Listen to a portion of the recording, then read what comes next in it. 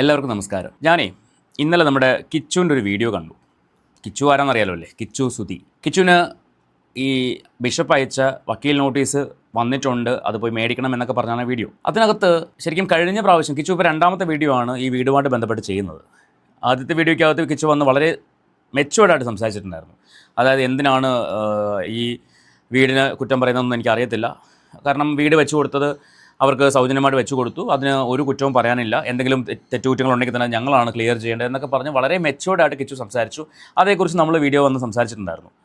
പക്ഷേ ഇന്നലത്തെ വീഡിയോ കണ്ടപ്പോൾ ഇവൻ എന്താ ഇങ്ങനെ സംസാരിക്കുന്നത് എനിക്ക് തോന്നിപ്പോയി. നമുക്കെന്തായാലും ആ വീഡിയോ ഒന്ന് കണ്ട് തന്നെ സംസാരിക്കും. അതോടൊപ്പം തന്നെ നമ്മുടെ കൊച്ചമ്മ ലാൻഡ് ചെയ്തിട്ടുണ്ടല്ലോ, ബഹ്റിനിൽ നിന്ന് ലാൻഡ് ചെയ്തിട്ടുണ്ട്.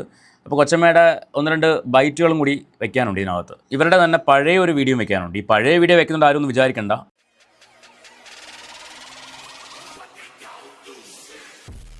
ഇവരുടെ ഒരു മാറ്റം, നന്ദിയില്ലായ്മ എന്നുള്ള സാധനം ഉണ്ടല്ലോ, എത്രമാത്രം നന്ദിയിൽ കെട്ട ടീമാണെന്ന് ഒന്ന് കാണിക്കാൻ വേണ്ടി മാത്രമാണ്, വേറൊന്നുമല്ല.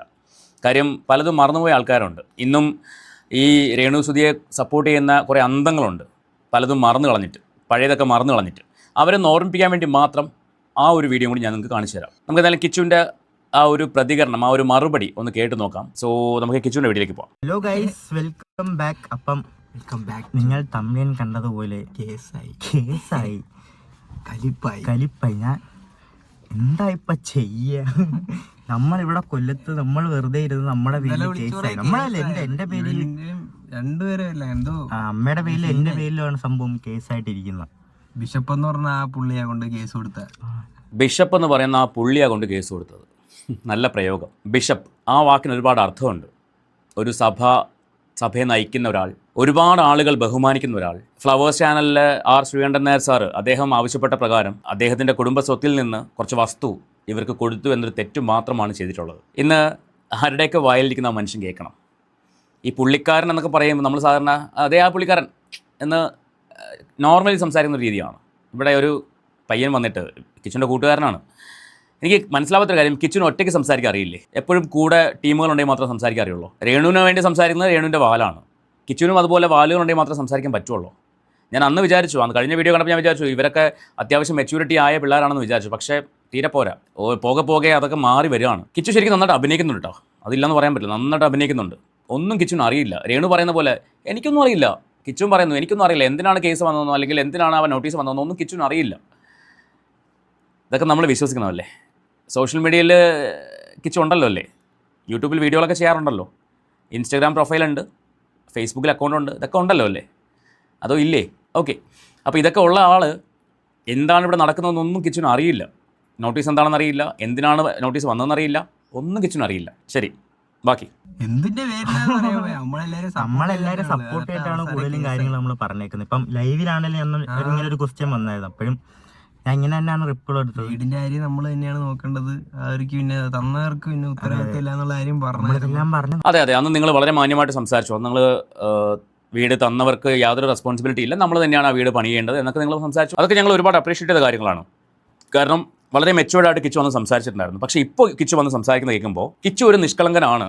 അതായത് കിച്ചുവിനെയും കിച്ചുവിൻ്റെ അനിയനെയും ആ വീട്ടിൽ നിന്ന് ഇറക്കി വിടാൻ വേണ്ടി ബിഷപ്പ് തീരുമാനമെടുത്തു. അതിൽ നിങ്ങൾ പെട്ടുപോയി എന്നാണ് കിച്ചു പറയുന്നത്. ശരിയാണ്, നിങ്ങൾ പെട്ടുപോയതാണ്. കാരണം നിങ്ങളെ പെടുത്തിയത് നിങ്ങളുടെ അമ്മ തന്നെയാണ്. കിച്ചുവിൻ്റെ പേരിൽ കേസ് വന്നത് എന്തിനാണെന്ന് കിച്ചുവിന് അറിയില്ല എന്ന് പറയുന്നു.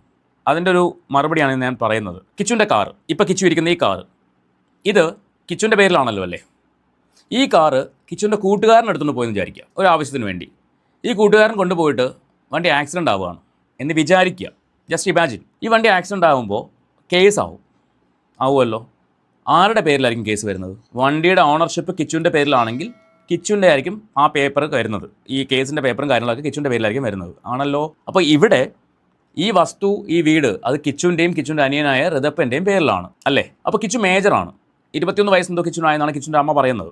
മേജറായ കിച്ചു മേജറായതുകൊണ്ട് തന്നെ കിച്ചുവിൻ്റെ പേരിൽ നോട്ടീസ് അയക്കും. ഇനി രണ്ടാമത്തെ ആൾ കിച്ചുവിൻ്റെ അനിയനായ ഋതുൽദാസ് എന്ന ഋതുപ്പനായതുകൊണ്ട് അവൻ 5 വയസ്സേ പ്രായമുള്ളതെന്നാണ് കിച്ചുവിൻ്റെ അമ്മ പറയുന്നത്. അതുകൊണ്ട് അവൻ മൈനർ ആയതുകൊണ്ട് അവൻ്റെ കസ്റ്റോഡിയനായ, അവൻ്റെ ഗാർഡിയനായ രേണുവിൻ്റെ പേരിലും നോട്ടീസ് അയച്ചു. ഇതാണ് സംഭവം. ഓക്കെ, ഇതിന് കാരണക്കാരി ആരാണ്? കിച്ചുവിൻ്റെ അമ്മ തന്നെയാണ്. ഒരു പരിധിവരെ കിച്ചുവും കാരണക്കാരനാണ്. കാരണം രേണു സുധി ആ വീടിൻ്റെ പ്രശ്നങ്ങൾ പറഞ്ഞപ്പോഴും ആ സ്ഥലത്ത് വണ്ടി വരില്ല, റോഡ് ബുദ്ധിമുട്ടാണ് എന്നൊക്കെ പറഞ്ഞ് ആരോപണങ്ങൾ ഉന്നയിക്കുമ്പോഴും കിച്ചു പറഞ്ഞ് വിലക്കിയില്ല. കിച്ചുവിൻ്റെ ഭാഗത്തെ മിസ്റ്റേക്ക് ഞാൻ അതാ പറയുന്നത്. കിച്ചു അതൊന്നും അവരെ വിലക്കിയില്ല. ഇപ്പോഴും രേണു ബിഷപ്പിനെ കുറ്റം പറഞ്ഞ് നടക്കുന്നുണ്ട്. കിച്ചു അവരോട് പറഞ്ഞോ, അമ്മ ഇനി അത് പറയരുത്, അമ്മ ഈ വീടിനെക്കുറിച്ച് പുറത്ത് അനാവശ്യം പറഞ്ഞ് നടക്കരുത്, നമുക്കത് അല്ലാണ്ട് ക്ലിയർ ചെയ്യാം, നമുക്ക് ബിഷപ്പിനെ നേരിട്ട് കണ്ട് സംസാരിക്കാം, നമുക്ക് അദ്ദേഹത്തെ കൊണ്ട് ഫിറോസിനോട് സംസാരിപ്പിക്കാം അങ്ങനെ എന്തെങ്കിലും കിച്ചു രേണുവിനോട് പറഞ്ഞ് സോൾവ് ചെയ്യാൻ ശ്രമിച്ചിട്ടുണ്ടോ? ഇല്ല. അപ്പോൾ കിച്ചുവിൻ്റെ അമ്മ തന്നെയാണ് ഈ ഒരു അവസരം ഉണ്ടാക്കി വെച്ചത്. കിച്ചുവിൻ്റെ അമ്മയും കിച്ചുവിൻ്റെ അമ്മയുടെ കൂട്ടുകാരിയും കൂടി. കിച്ചു ഇതുവരെയും ഈ വീടിനെക്കുറിച്ചോ ഈ വീട് തന്ന ആൾക്കാരെക്കുറിച്ചോ ഒന്നും മോശമായിട്ട് പറഞ്ഞിട്ടില്ല. അത് അംഗീകരിക്കുന്ന കാര്യമാണ്. പക്ഷേ കിച്ചുവിൻ്റെ അമ്മ അവിടെ താമസിച്ചുകൊണ്ട് തന്നെ, അവിടെ താമസിക്കുന്നത് കിച്ചുവിൻ്റെ അമ്മ, കിച്ചുവിൻ്റെ അനിയൻ, കിച്ചുവിൻ്റെ വല്യമ്മയോ അവരുടെ ഹസ്ബൻഡ്, പിന്നെ കിച്ചുവിൻ്റെ അമ്മുമ്മ, അപ്പൂപ്പൻ, ഇവരെല്ലാവരും അവിടെ താമസിക്കുന്നുണ്ട്. അപ്പോൾ ഇവരെല്ലാം കൂടിയാണ് എന്ത് ചെയ്യുന്നത്, ആ വീടിനെക്കുറിച്ചും ആ സ്ഥലത്തെക്കുറിച്ചൊക്കെ ആരോപണങ്ങൾ പറഞ്ഞുകൊണ്ട് നടന്നത്. സ്വാഭാവികമായിട്ടും അതിന് ഉത്തരം പറയാൻ കിച്ചും ബാധ്യസ്ഥനാണ്. കാരണം ആ വീട് കിച്ചുവിൻ്റെ പേരിലായതുകൊണ്ട്. ഇപ്പം മനസ്സിലായി കാണുമല്ലോ എന്തുകൊണ്ട് നോട്ടീസ് കിച്ചുവിൻ്റെ പേരിൽ വന്നു. കിച്ചു അവിടെ തെറ്റൊന്നും ചെയ്തിട്ടില്ല. പക്ഷേ പരോക്ഷമായിട്ട് അതെങ്കിൽ ഇൻഡയറക്റ്റ് ആയിട്ട് കിച്ചുവും തെറ്റുകാരനാണ്. അവരെ വിലക്കിയില്ല എന്നുള്ള തെറ്റ് കിച്ചു ചെയ്തിട്ടുണ്ട്. കാരണം കിച്ചു പ്രായപൂർത്തിയായ ആളാണ്. 21 വയസ്സുള്ളൊരു പയ്യന്, ഇപ്പം എൻ്റെ അമ്മ, എനിക്കൊരു അനിയനുണ്ട്, അവന് 23 വയസ്സാണ്. ഓക്കെ, എൻ്റെ അമ്മ ഒരു തെറ്റ് ചെയ്യുന്ന കണ്ടു കഴിഞ്ഞാൽ അവൻ ഉറപ്പായിട്ട് അമ്മയോട് പറയും, അമ്മ അത് ചെയ്തത് ശരിയല്ല എന്ന് പറയും. അത് പറയാനുള്ള റൈറ്റ് മകനുണ്ട്. അമ്മമാർക്ക് മക്കളെ കൺട്രോൾ ചെയ്യുന്ന പോലെ തന്നെ മക്കൾക്ക് അമ്മമാരെയും പറഞ്ഞ് മനസ്സിലാക്കാനുള്ള റൈറ്റ് ഉണ്ട്. അത് കിച്ചു ചെയ്തിട്ടില്ല. കിച്ചു തന്നെ കഴിഞ്ഞൊരു വീഡിയോ പറഞ്ഞിട്ടുണ്ടായിരുന്നു, എൻ്റെ കാര്യം വല്ലതും നിങ്ങൾ എന്നോട് ചോദിക്കുക, മറ്റുള്ളവരെ നന്നാക്കാനൊന്നും എനിക്ക് പറ്റത്തില്ലല്ലോ എന്ന് കിച്ചു പറയുന്നുണ്ടായിരുന്നു. അതിൻ്റെ അനന്തരഫലമാണ് മോനെ ഇപ്പോൾ വന്ന നോട്ടീസ്. മനസ്സിലായെന്ന് ഞാൻ വിചാരിക്കുന്നു. ബാക്കി നോക്കാം. നമ്മുടെ പേര് കേസായി. നന്ദിയുണ്ട് വളരെ. ഈ നന്ദി പറയേണ്ടത് കിച്ചു രേണുവിനോടാണ്. നിങ്ങൾ കാരണം എൻ്റെ പേരിൽ നോട്ടീസ് വന്നു. ഇപ്പോഴും രേണു ഈ കഴിഞ്ഞ ദിവസം കൊടുത്ത ബൈറ്റിനകത്തും പ്രൊവോക്കേഷനാണ് നടത്തുന്നത്. എങ്ങനെയൊക്കെ പ്രൊവോക്ക് ചെയ്യാമോ അങ്ങനെയൊക്കെ പ്രൊവോക്ക് ചെയ്യാണ്. അല്ലെങ്കിൽ ഇതൊരു കേസായി, ഒരു നോട്ടീസ് വന്നു, അച്ചോ എൻ്റെ ഭാഗത്ത് വന്ന മിസ്റ്റേക്കാണ്, അല്ലെങ്കിൽ ഇനി അതങ്ങനെ ആവർത്തിക്കില്ല എന്ന് പറഞ്ഞൊരു വാക്ക് ആ മനുഷ്യനോട് പറഞ്ഞാൽ തീരാവുന്ന പ്രശ്നമേ ഉള്ളൂ. പക്ഷേ രേണു താഴത്തിലടാ, മറ്റേ ഫ്ലവർ അല്ലടാ ഫയറാടാ എന്നും പറഞ്ഞാൽ നിൽക്കുകയാണ്. അതിൻ്റെ ഫലം അനുഭവിക്കാതെ പറ്റുമോ? അത് പക്ഷേ അനുഭവിക്കുന്ന ആരാണ്? നിങ്ങൾ മക്കളാണ്. അത് നിങ്ങൾ ഇനിയെങ്കിലും മനസ്സിലാക്കിയാൽ നല്ലത്. മനസ്സിലാക്കിയില്ലെങ്കിൽ അനുഭവിക്കാൻ പോകുന്നത് നിങ്ങൾ തന്നെയാണ്. പക്ഷേ രേണുവിനൊന്നും നഷ്ടപ്പെടാനില്ല മോനെ. അത് രേണു എടുത്തെടുത്ത് പറയുന്നുണ്ട്. വീട് എൻ്റെ പേരിലല്ലല്ലോ, വസ്തു എൻ്റെ പേരിലല്ലല്ലോ, അതുകൊണ്ട് എനിക്കെന്ത് നഷ്ടപ്പെടാൻ? ഒരമ്മമാരും പറയത്തില്ല. അത് നിങ്ങൾ പറയൂ. എന്നെ കണ്ടുപിടിക്കുന്നത് നിങ്ങൾ പറ. നിങ്ങളുടെ മക്കൾക്ക് എന്തെങ്കിലും ആരെങ്കിലും ഫ്രീ ആയിട്ട് കൊടുത്താൽ അത് നഷ്ടപ്പെടണമെന്ന് നിങ്ങൾ ചിന്തിക്കൂ. എങ്ങനെയെങ്കിലും അവർക്കത് നേടിക്കൊടുക്കാനല്ലേ ചിന്തിക്കുള്ളൂ. അതിനുവേണ്ടി ഒരാളോട് സംസാരിക്കണമെങ്കിൽ നിങ്ങൾ സംസാരിക്കും, നല്ലൊരു അമ്മയാണെങ്കിൽ. ഇവിടെ പക്ഷേ രേണു എന്താ പറയുന്നത്? എനിക്കല്ലോ തന്നത്. അത് ഞാൻ വീഡിയോ വെച്ചുതരാം. എനിക്കല്ലല്ലോ തന്നത്, പിന്നെ ഞാൻ എനിക്കെന്ത് നഷ്ടപ്പെടാനാ? എൻ്റെ മക്കൾക്ക് കൊടുത്ത വീടല്ലേ? മക്കളാണെന്ന് സംഭവിച്ചേ. അപ്പോൾ ആ വീട് താമസിക്കുന്നവരാണ്. ഇറങ്ങി മാറിക്കൊടുത്തെങ്കിൽ മാറിക്കൊടുത്തിട്ട് ഡയലോഗ് അടിക്ക്. അന്തസ്സുണ്ട്. പറഞ്ഞല്ലോ, മനോരമയ്ക്കോ ഏഷ്യാനെറ്റിനോ എന്തോ ബൈറ്റ് കൊടുത്തോ പറയുന്നുണ്ടായിരുന്നു, ഞാൻ അങ്ങനെ ഇറങ്ങേണ്ടി വരികയാണെങ്കിൽ ഞാൻ വാടക വീടെടുത്ത് പോകും. എന്നാൽ ഇപ്പോഴേ അങ്ങ് പോകുന്നേ. എന്തിനാണ് അവിടെ കെട്ടിക്കയറി കിടക്കുന്നത്? പുറത്തിറങ്ങി പോയിട്ട് നിങ്ങൾ ഡയലോഗ് അടിക്ക്. അതിനൊരു അന്തസ്സുണ്ട്. ഇത് ആ മനുഷ്യൻ്റെ പ്രോപ്പർട്ടി കയറി താമസിച്ചിട്ട് അയാളെ തന്നെ കുറ്റം പറയുകയാണ്. നാണമുണ്ടോ? അതില്ലാന്ന് മനസ്സിലായി, അത് വേറെ കാര്യം. ബാക്കി കേൾക്കാം. പറഞ്ഞത് എൻ്റെ പേരിൽ ഇതൊന്നും വലിച്ചിടല്ലേ, ഞാനില്ല ഈ കാര്യത്തിൽ. ഇതിനിപ്പോ വള്ളിയായി.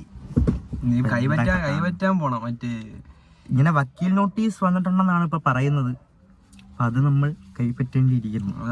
കോട്ടയത്തോട്ട് പോകാൻ അതിപ്പോ കൈപ്പറ്റാനായിട്ട് ഞാൻ പോകേണ്ട ആവശ്യമില്ല. എന്റെ അഡ്രസ്സ് കാര്യങ്ങളൊക്കെ ആണെങ്കിൽ കൊല്ലത്തായിരുന്നു. അങ്ങനെയാണ് വല്യമ്മ പറഞ്ഞേക്കുന്നത് കേട്ടോ. അങ്ങനെയാണ് വല്യമ്മ പറഞ്ഞേക്കുന്നത് കേട്ടോ. കൈപ്പറ്റാൻ നീ പോകേണ്ട കാര്യമല്ല. എൻ്റെ അഡ്രസ്സ് ആണെങ്കിൽ കൊല്ലത്തേക്ക്, ഇനി കൊല്ലത്തേക്ക് അയച്ചു കൊടുക്കണമെന്നായിരിക്കും. ഈ വല്യമ്മ പറയാതെ മോൻ അറിയില്ലേ മോൻ്റെ അഡ്രസ്സ് എവിടെയാണെന്നുള്ളത്? നിൻ്റെ കയ്യിൽ ആധാർ കാർഡ് ഉണ്ടോ? നിൻ്റെ കയ്യിൽ ലൈസൻസ് ഉണ്ടോ? ഇതിൽ അഡ്രസ്സ് എവിടെയാണെന്ന് നിനക്കറിയില്ലേ? എൻ്റെ അഡ്രസ്സ് കൊല്ലത്താണ്. അതങ്ങനെയാണ് വല്യമ്മ പറഞ്ഞത്. മോനെ, നീ ഒരുപാട് നിഷ്കളങ്കനാവല്ലേ. ഞാൻ പറഞ്ഞല്ലോ, നിൻ്റെ കഴിഞ്ഞ വീഡിയോ കണ്ടപ്പോൾ ഞാൻ വിചാരിച്ചു കുറച്ച് മെച്യൂരിറ്റി കൊണ്ടെന്ന് വിചാരിച്ചു. പക്ഷേ നീ ഇവിടെ ഒരുപാട് നിഷ്കളങ്കത കളിക്കുന്നുണ്ട് ജനങ്ങളെ തെറ്റിദ്ധരിപ്പിക്കാൻ വേണ്ടി. നിന്നെക്കൊണ്ട് ആരാണ് ഈ വീഡിയോ ചെയ്യിച്ചതെന്ന് എനിക്കറിയില്ല. കാരണം കഴിഞ്ഞ വീഡിയോ നീ ചെയ്തപ്പോൾ ഒരാൾ വന്ന് പറയുന്നുണ്ടായിരുന്നു, അവനോട് ഞാൻ പറഞ്ഞു, മോനെ നീ ഇനിയെങ്കിലും വന്ന് സത്യം പറ, ആ വീടിന് കുറ്റങ്ങളൊന്നും ഇല്ലെന്ന് നീ പറ, അതിൻ്റെ പേരിലാണ് അവൻ വന്ന് വീഡിയോ ചെയ്തതെന്ന് ആ മനുഷ്യൻ പറയുന്നുണ്ടായിരുന്നു. ഇനി അയാൾ പറഞ്ഞിട്ടാണോ നീ ഇങ്ങനെ സംസാരിക്കുന്നതെന്നുള്ളത് എനിക്കറിയത്തില്ല. ആര് പറഞ്ഞിട്ടാണെങ്കിലും നീ ഒരുപാട് നിഷ്കളങ്കനാവല്ലേ. മാറ്റങ്ങളൊക്കെ നമുക്ക് മനസ്സിലാവുന്നുണ്ട്. മനസ്സിലായോ? നീ നിൻ്റെ കൂട്ടുകാരനെ, നിനക്ക് ഒറ്റയ്ക്കിരുന്ന് സംസാരിക്കാനുള്ള ഗട്ട്സ് ഇല്ല, അത് മനസ്സിലായി. അതുകൊണ്ട് നീ നിൻ്റെ കൂട്ടുകാരനെ വിളിച്ചിരുത്തുന്നത്. അവൻ ഇടയ്ക്കിടയ്ക്ക് നിന്നെ പറയാൻ സമ്മതിക്കാണ്ട് ഇങ്ങനെ ഇടയ്ക്ക് സംസാരിക്കുന്നുണ്ട്. അതൊക്കെ ഓക്കെ, അതൊക്കെ നിങ്ങളുടെ കാര്യം.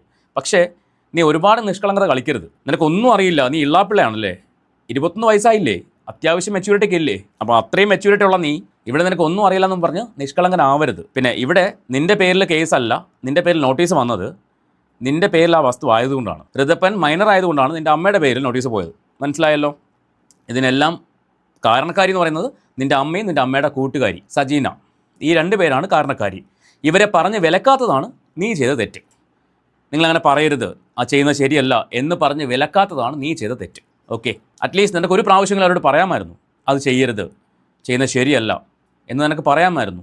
നീ തന്നെ പറയുന്നുണ്ട് ഞാൻ അവരെ നന്നാക്കാൻ ഞാൻ ആളല്ല എന്ന് പറയുന്നുണ്ട്. അതുകൊണ്ടാണ് ഞാനത് പറഞ്ഞത്. ആവശ്യമില്ല. എന്റെ പേര് എന്തെങ്കിലും കേസ് ഉണ്ടെങ്കിൽ എന്റെ ഈ അഡ്രസ്സൊക്കെ ഇവിടാണ്. അപ്പം എന്തുവാണ് പറയാനുള്ളത്? വളരെ സന്തോഷം, നല്ലൊരു സംഭവമാണ്. നമ്മൾ ഒരു കാര്യത്തിന് നമ്മൾ ഇടപെടാതിരുന്നിട്ട് നമ്മുടെ പേരിലും കേസായി കിട്ടി. എന്തായാലും അതാ പറഞ്ഞത്, ഒരു കാര്യത്തിലും ഇടപെടാതിരുന്നതുകൊണ്ടാണ് ഈ പ്രശ്നം. ഇടപെടേണ്ട കാര്യങ്ങൾക്ക് ഇടപെടുക തന്നെ വേണം. നിൻ്റെ വീടല്ലേ, നിൻ്റെ പേരിലുള്ള വീടല്ലേ, നീ അവിടെ വന്ന് താമസിക്കാൻ നിനക്ക് പറ്റില്ല എന്ന് നീ പറയുന്നു. നിൻ്റെ കംഫേർട്ട് കൊല്ലത്താണ്, അവിടെ നീ അവിടെ നിൽക്കുന്നു. പക്ഷേ അവിടെ താമസിക്കുന്നവരെ അടക്കി നിർത്താനുള്ള ഒരു ചങ്കൂട്ടം നീ കാണിക്കണമായിരുന്നു. അനാവശ്യങ്ങൾ പറഞ്ഞുണ്ടാക്കിയപ്പോൾ അതങ്ങനെയല്ല, നിങ്ങളത് ചെയ്യരുത് എന്ന് പറയാനുള്ള ചങ്കൂറ്റം നീ കാണിക്കണമായിരുന്നു. നീ അത് ചെയ്തില്ല. അതാണ് നിൻ്റെ ഭാഗത്തെ മിസ്റ്റേക്ക്. നീ ഒന്നും ചെയ്തില്ല എന്ന് പറഞ്ഞ് കൈയിടാൻ പറ്റില്ല. നീ ഇത് ചെയ്യണമായിരുന്നു. അതാണ്. അപ്പോൾ ഒന്നും ചെയ്യാൻ പറ്റത്തില്ല. നമ്മുടെ സൈഡിൽ നിന്നൊരു റിപ്ലൈ ആണല്ലോ, അതിൻ്റെ ഒരു ഭാഗമായിട്ട് ഒരു വീഡിയോ ഇടാന്ന് വിചാരിച്ച് ഞാൻ. നല്ലതാണ്. ഈ വീഡിയോ ഒക്കെ ഇടാൻ നിനക്ക് ഇപ്പോഴല്ലേ തോന്നുന്നത്? ഇതിന് മുമ്പൊന്നും തോന്നിയിട്ടില്ലല്ലോ. അന്ന് നീ വീടിന് പ്രശ്നമില്ല, എല്ലാം നമ്മളാണ് ചെയ്യേണ്ടതെന്നൊക്കെ പറഞ്ഞ് പോയി. അതിനുശേഷം ഇപ്പോൾ നോട്ടീസ് വന്നപ്പോഴാണ് നിനക്ക് വീഡിയോ ചെയ്യാൻ തോന്നിയത്. ഈ നിൻ്റെ അമ്മ ആ ബിഷപ്പിനെ വായി തോന്നിയ അനാവശ്യങ്ങളൊക്കെ വിളിച്ച് പറഞ്ഞപ്പോൾ നിനക്ക് തോന്നിയില്ല അമ്മ അങ്ങനെ പറയുന്നത് ശരിയല്ല, തെറ്റാണ് എന്ന് പറയാനോ അത് പബ്ലിക്കിനോട് പറയാനോ ഒന്നും നിനക്ക് തോന്നിയില്ല. ഇപ്പം നിനക്ക് വീഡിയോ ചെയ്യാൻ തോന്നി. കൊള്ളാം, നല്ല കാര്യം. എനിവേ ഞാനിതിവിടെ കൂടെ നിർത്തുകയാണ്. ഇനി കിച്ചു വേറെ പ്രത്യേകിച്ചൊന്നും പറയുന്നില്ല. നമുക്ക് നമ്മുടെ രേണു ചേച്ചിയുടെ 1-2 വീഡിയോകളൊന്ന് കണ്ടു നോക്കാം. വളരെ മനോഹരമായിട്ട് രേണു ചേച്ചി സംസാരിക്കുന്നുണ്ട്, ഒന്ന് കണ്ടു നോക്കാം. അല്ല, അവരാരും രേണുവിനെതിരെ കേസൊന്നായിട്ട് വരുന്നില്ലല്ലോ. ഇതിപ്പോ ഇങ്ങനെ വ്യക്തികളെ കേസായിട്ട് വരുമ്പോ നോട്ടീസ് വീട്ടിൽ വന്നെന്ന് ഞാൻ വീട്ടിൽ ചെല്ലത്തില്ലല്ലോ, ഞാൻ നേരെ ഇങ്ങോട്ട് വരുമായിരുന്നു.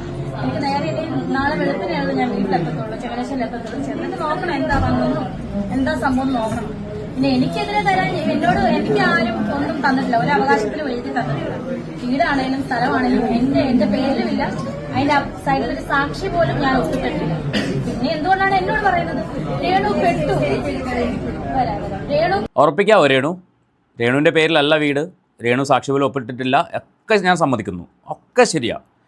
ഞാനേ നിങ്ങൾക്ക് വേറൊരു വീഡിയോ കാണിച്ചു തരാമേ. ആ വീഡിയോ നിങ്ങളൊന്ന് കണ്ടു നോക്കണം. ആ വീഡിയോ കണ്ടു കഴിയുമ്പോൾ അതിനകത്ത് രേണു ആണോ ആ സംസാരിക്കുന്നത് എന്ന് നിങ്ങളൊന്ന് പറഞ്ഞു തരണേ. ആ സംസാരിക്കുന്ന ആരാണെന്നൊന്ന് പറഞ്ഞു തരണേ. വലിയൊരു സഹായം തന്നെ, വലിയ സഹായമാണ്. ഒരുപാട് നന്ദിയുണ്ട്. ഒത്തിരി എനിക്ക് വാക്കുകളില്ല പറഞ്ഞറിയിക്കാൻ. സുധിച്ചേട്ടൻ്റെ ആത്മാവ് ഒരുപാട് നന്ദി പറയുന്നുണ്ട് അച്ഛൻ്റെ അടുത്ത്, അതെനിക്ക് കേൾക്കാം. എൻ്റെ കുടുംബസ്വത്തിൽ നിന്ന് ഉള്ളതിൽ ഏറ്റവും മനോഹരമായിട്ട്, അതായത് എനിക്ക് വീട് വെക്കാൻ, എൻ്റെ വീട് പണിയുന്നത് ഇതിൻ്റെ മുമ്പിലാണ്, അതിനോട് ചേർന്ന് തന്നെ സ്തുതിക്കും വീട് പണിയുവാനായിട്ട്.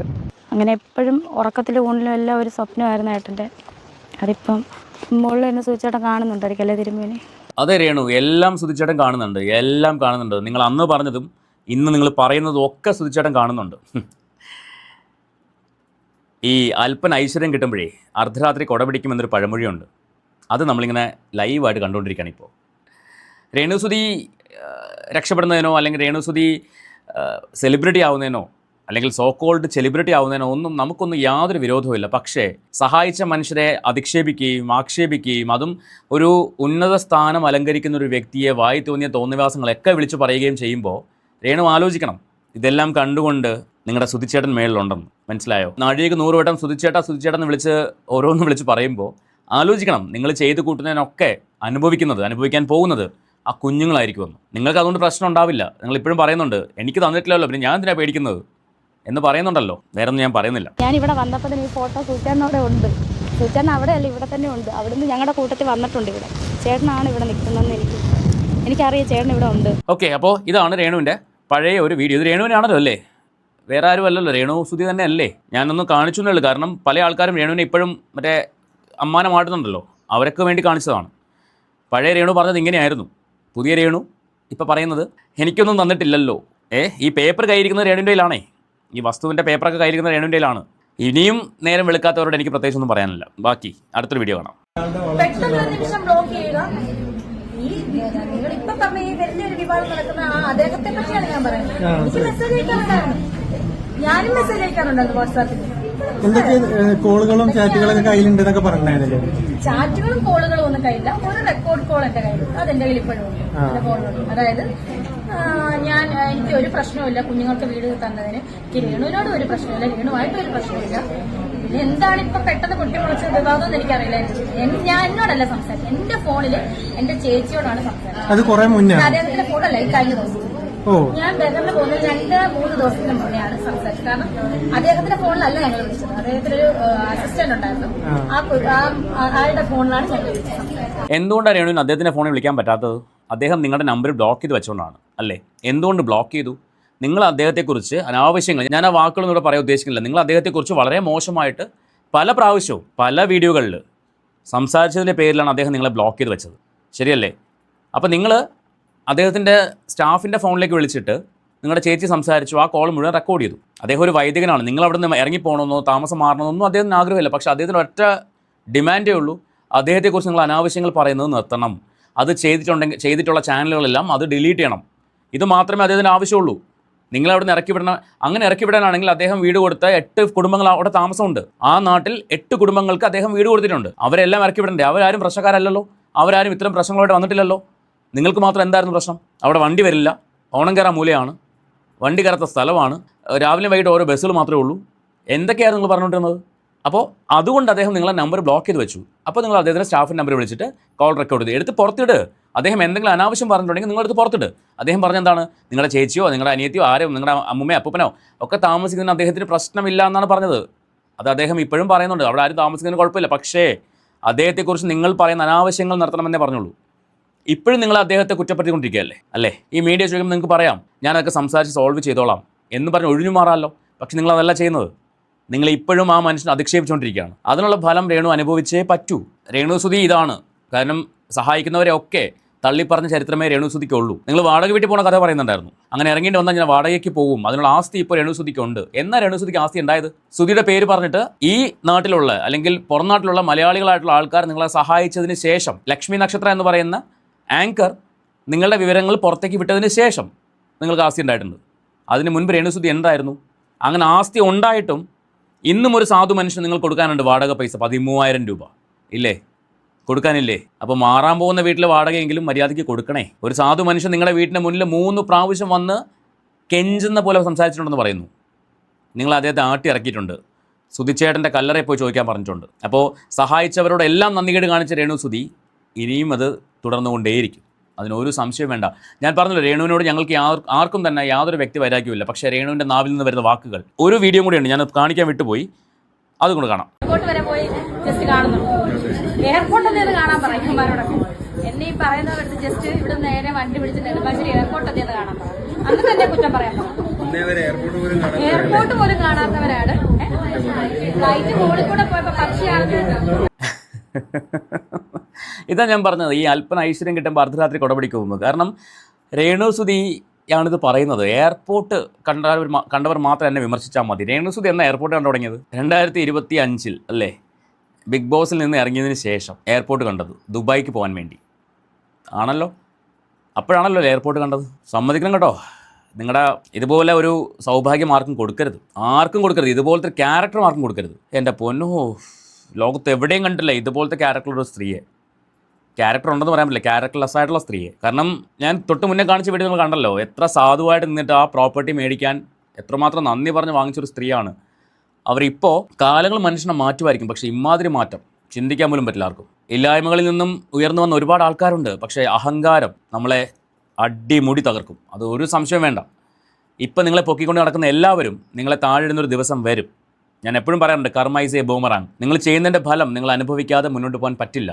ഇന്നല്ലെങ്കിൽ നാളെ അത് തേടി വന്നിരിക്കും, ഒരു സംശയം വേണ്ട. ശപിക്കുന്നൊന്നുമല്ല, പക്ഷേ നിങ്ങൾ സങ്കടപ്പെടുത്തുന്നത്, നിങ്ങൾ വിഷമിപ്പിക്കുന്നത് ഒരു പുരോഹിതനെയാണ്. നിങ്ങൾ പിന്നെ പറയുന്നുണ്ടായിരുന്നു എൻ്റെ മക്കൾക്ക് കൊടുത്ത വീട്. എൻ്റെ മക്കളെന്ന് പറയുന്നില്ല, അവിടെയും 2 കുട്ടികൾക്ക്, സുധിച്ചേട്ടൻ്റെ മക്കൾ കൊടുത്ത വീടാണ്. സുധിച്ചേട്ടൻ്റെ മക്കൾ കൊടുത്ത വീട്ടിൽ നിന്ന് പുരോഹിതനായ ഒരു മനുഷ്യനെ ഇറക്കി വിട്ട് കഴിഞ്ഞാൽ അയാളുടെ മനസ്സ് എത്രമാത്രം വൃത്തികെട്ടതായിരിക്കും എന്ന ലെവലിൽ നിങ്ങൾ സംസാരിക്കുന്നുണ്ട്.